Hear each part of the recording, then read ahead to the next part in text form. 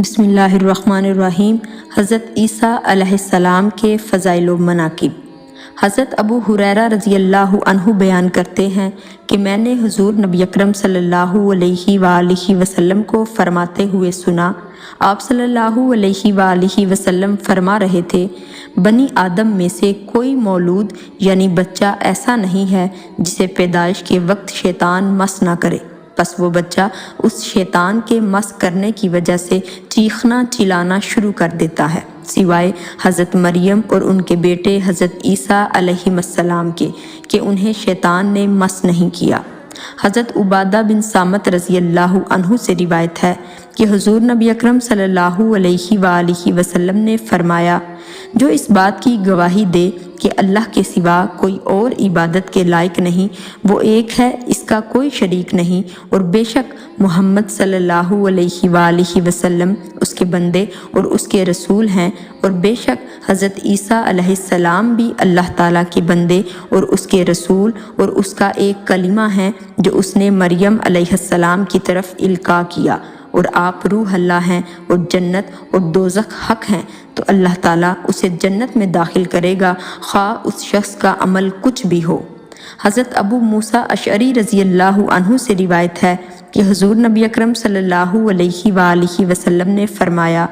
جب کوئی شخص اپنی کنیز کو اچھا ادب سکھائے اور اسے بہترین تعلیم دے، پھر آزاد کر کے اس سے نکاح کر لے تو اسے دوہرا ثواب ملے گا۔ اسی طرح جو آدمی پہلے حضرت عیسیٰ علیہ السلام پر ایمان لایا تھا اور اب مجھ پر ایمان لے آئے تو اسے بھی دوہرا ثواب ملے گا۔ اور ایک روایت میں ہے کہ اہل کتاب میں سے وہ آدمی جو اپنے نبی پر ایمان لایا پھر مجھ پر ایمان لایا، اور جو غلام اپنے پروردگار سے ڈرے اور اپنے آقا کا حکم مانے تو اس کے لیے بھی دوہرا ثواب ہے۔ حضرت ابو ہریرہ رضی اللہ عنہ سے روایت ہے کہ حضور نبی اکرم صلی اللہ علیہ وآلہ وسلم نے فرمایا، شب معراج میری حضرت موسیٰ علیہ السلام سے ملاقات ہوئی۔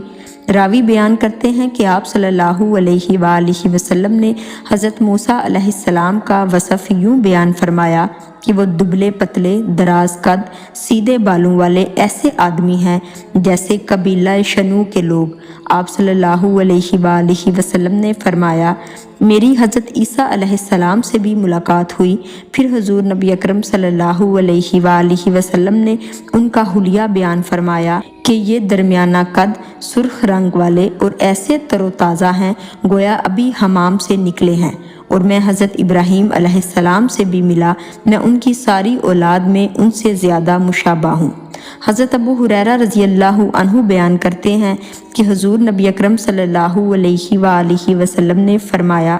قسم ہے اس ذات کی جس کے قبضہ قدرت میں میری جان ہے، ان قریب تم میں حضرت عیسیٰ بن مریم علیہ السلام نازل ہوں گے۔ وہ عدل کے ساتھ فیصلے فرمانے والے ہوں گے، صلیب کو توڑیں گے، خنزیر کو قتل کریں گے، جزیہ موقوف کر دیں گے، اور مال اتنا بڑھ جائے گا کہ کوئی لینے والا نہ رہے گا، یہاں تک کہ بارگاہ الہی میں ایک سجدہ دنیا و ما فیہا سے بہتر ہوگا۔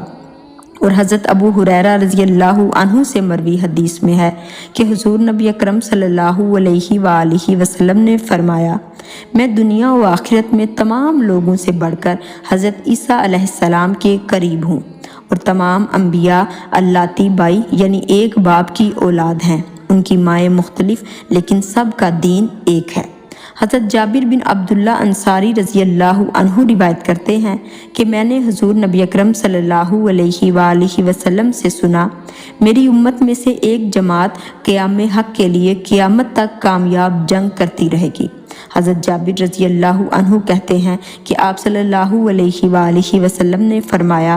پس جب حضرت عیسیٰ بن مریم علیہ السلام آسمان سے اتریں گے تو مسلمانوں کا امیر ان سے عرض کرے گا، تشریف لائیں، ہمیں نماز پڑھائیں۔ تو حضرت عیسیٰ علیہ السلام فرمائیں گے، اس وقت میں امامت نہیں کراؤں گا، تم ایک دوسرے پر امیر ہو، یعنی حضرت عیسیٰ علیہ السلام اس وقت امامت سے انکار فرما دیں گے، اس فضیلت و بزرگی کی بنا پر جو اللہ تعالیٰ نے اس امت کو عطا کی ہے۔